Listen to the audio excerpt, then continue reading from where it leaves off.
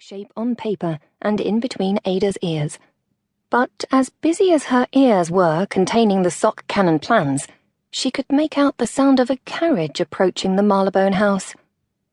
Grabbing a brass telescope that had been rolling about on the floor with the swaying of the basket, she stood and flipped open the hatch.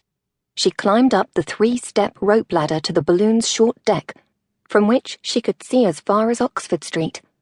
She could see down Wimpole and Welbeck, Wesley and Westmoreland, down Weymouth and Cavendish and Queen Anne, and even the little lanes off Baker Street.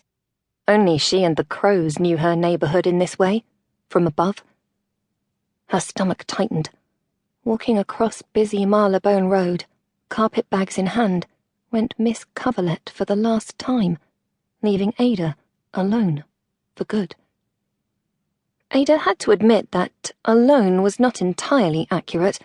The house in London was staffed by 2 women whose names she could never quite remember, Mrs. Cabbage and Cummerbund, or possibly Arugula and Aubergine.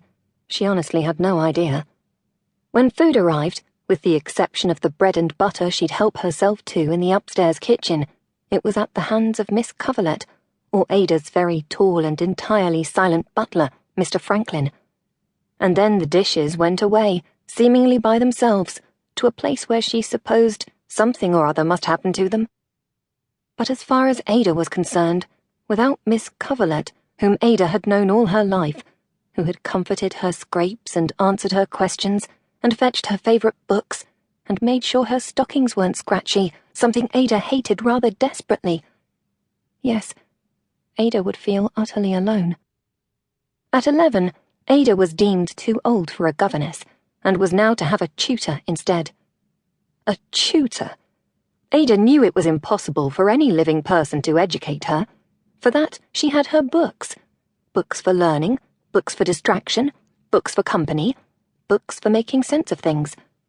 Ada's books were full of facts and figures, diagrams and calculations, books that were not to be argued with, books that stayed put when you needed them to, and didn't run off to get married, as Miss Coverlet was off to do, which seemed to Ada like the stupidest idea ever.